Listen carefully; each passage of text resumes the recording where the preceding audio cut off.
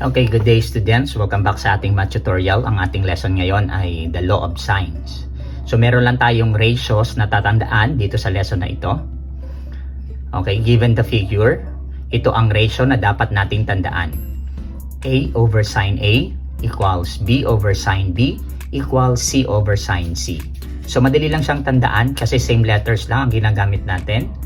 So we have small a. Ang small a, ito yung opposite side ng angle A. Small b naman, opposite side ng angle B. Tapos ang C ay opposite side ng angle C. Now, let us have this example. So, from this case, meron tayong tatlong hahanapin na measure. Una, yung angle B. Sunod, yung side A. Pangatlo, yung side B. So, let us start. Unahin natin yung angle B. So, madali na ito dahil tinuro na po natin ito last na video. So, para malaman natin yung angle B, pag-plus muna natin yung 40 plus 65 na given na dalawang angles dito. Ang sagot ay 105. Tapos, i-minus natin ito mula sa 180. Kaya, ang sagot ay 75. So, therefore, ang angle B ay 75. Yan. So, alam na natin yung angle B. And that is 75. Now, let us proceed naman para hanapin ang side A. Since sa figure, ang complete na given na meron tayo dito, ay yung C at saka yung angle C. Okay? So, ito yung gagamitin natin na ipapares natin sa side A over sine A. So, ito ang ating gagamitin. Tapos, palitan natin ito ng kanilang mga value. Wala tayong value sa A. Pero sa sine, measure ng angle A, yung theta ay 40. Tapos, sa kabila naman, ang side C ay 27 over ang theta naman ng angle C ay 65. Then by cross multiplication, sa left side ng equation ay A times side 65. Tapos sa kabila naman ng equation ay sine 40 times 27. Okay? Tapos isi-simplify natin. Ito ang lalabas. At ang goal natin dito ay iwanan natin ang A sa left side ng equation. So, gagamit tayo ng division property of equality.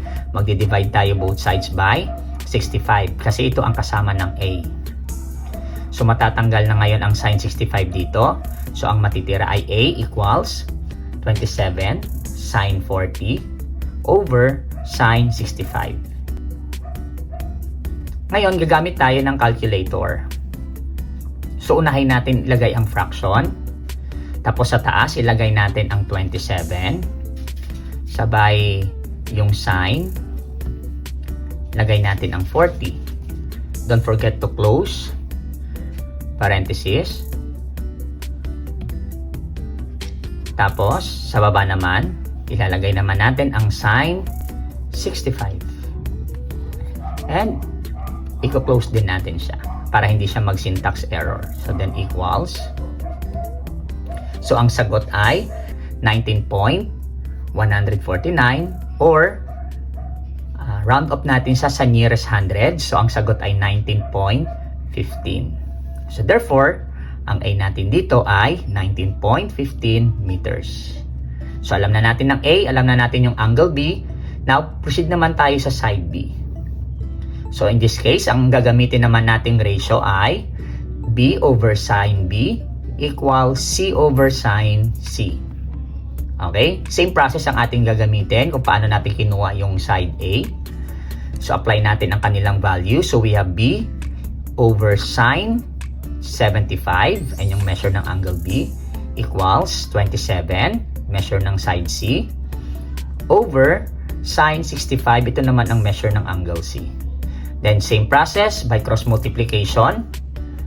Ayan ang lalabas. So, magiging B sine 65 equals 27 sine 75. Divide both sides of the equation by sine 65.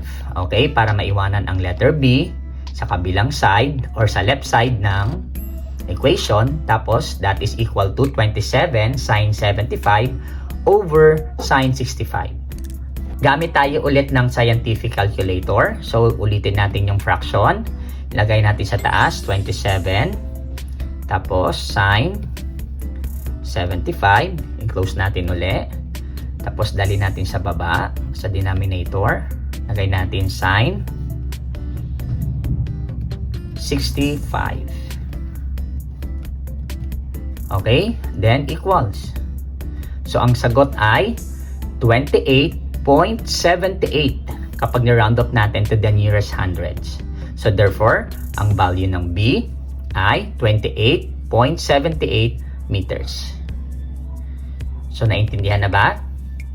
Okay, try nyo naman. Ito, sulat nyo ang inyong sagot sa notebook or sa pirasong papel.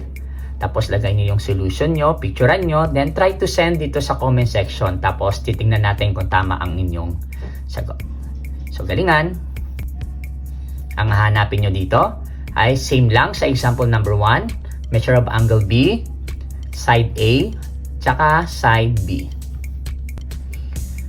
Okay, dako tayo sa part 2 ng ating example. Paano kapag walang figure pero mayroong given ng mga measures? So, same process pa rin ang ating gagamitin. Ang kaibahan lang nito ay wala itong figure. Okay? So, same pa rin. Tignan muna natin kung ano yung given na kompleto. Yan. Okay, ang given na kompleto dito, meron tayong side B at saka angle B. So, ibig sabihin, ito ang gagamitin natin mamaya. Okay, na i-compare natin sa A over sin A tsaka C over sin C. So, start muna tayo sa angle. Okay, yung missing angle dito ay A. Okay, same process ang ating gagamitin. So, pag-plus natin yung measures ng dalawang angles given. So, we have 44 plus 53. Ang sagot ay 98. Okay? Then, ang 180 i-minus natin sa 98. Ang sagot ay 82. So, therefore, ang angle A natin ay 82. Don't forget that. So, alam na natin yung angle A. Alamin naman natin yung side A. So, gagamit tayo ng A over sin A. At saka yung complete sa given, yung B over sin B. Apply natin ang kanilang mga value. So, wala tayong measure sa side A. Pero meron na tayong sukat sa angle A. And that is 82. Ang sukat ng side B ay 7. Ang sukat naman ng angle B ay 44. By cross multiplication, sa left side ng equation ay 8 times sin 44. Sa right side naman ng equation ay 7 times sin 82. And then, simplify natin. After that, i-divide natin both sides by sin 44. Okay? Ang purpose nito para maiwanan ang A ng mag-isa sa left side ng equation. So, therefore, ito ang kalalabasan. A equals 7 sin 82 over sin 44. Ngayon, gagamit tayo ng calculator. Okay, so pinutin natin yung fraction. Tapos, lagay natin ang 7. Click natin yung sign. Tapos, 82. Close natin siya. Tapos, lagay natin sa baba. Ay sin 44. So, we have sin 44. Close din natin para hindi mag-syntax error. So, equals. Ang sagot ay 9.98 kapag ni-round off natin siya to the nearest 100. So, therefore, ang A natin ay 9.98. Now, let us proceed naman sa side C. Side C na lang para makompleto na ang ating solution. So, same process. Gagamitin natin ang B over sin B. And this time, i-compare natin sa C over sin C. Apply natin ang kanilang mga value. So, we have C over sin 53. Ito yung sukat ng angle C. Tapos sa kabila naman 7, sukat ng side B. At saka 44, sukat naman ng angle B. So, we have over sin 44.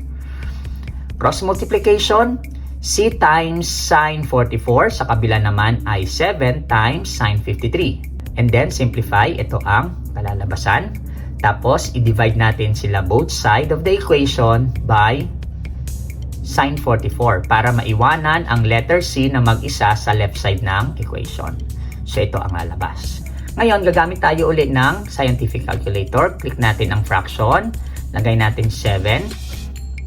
Tapos, sin 53. I-close natin siya. Over. We have sin 44. Then, close ulit para hindi mag-syntax error. Equals. Therefore, ang value ng C ay 8.05. Naka-round up siya to the nearest hundreds. Okay? So I hope may natutunan kayo sa ating math tutorial ngayon about law of sines. At para ma-check kung ano ang inyong natutunan, sa 1/2 crosswise, kopyahin lamang ninyo ang number 2 at number 3, tsaka nyo ito sagutan. So galingan! Dito nagtatapos ang ating math tutorial. See you on my next video. Bye-bye!